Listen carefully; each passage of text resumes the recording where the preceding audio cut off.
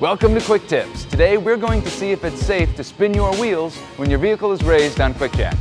Check it out.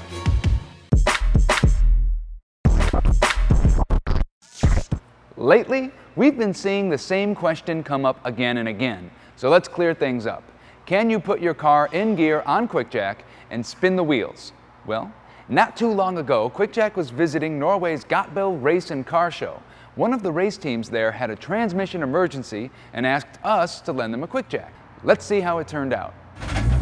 Even through varying levels of acceleration and gear changes, there's no visible shift or movement of the vehicle or QuickJack frames. As long as the standard operating precautions are followed and QuickJack is on a solid foundation, it will remain stable as your wheels spin. For the full video of QuickJack's trip to Gotbill, we put a link in the description.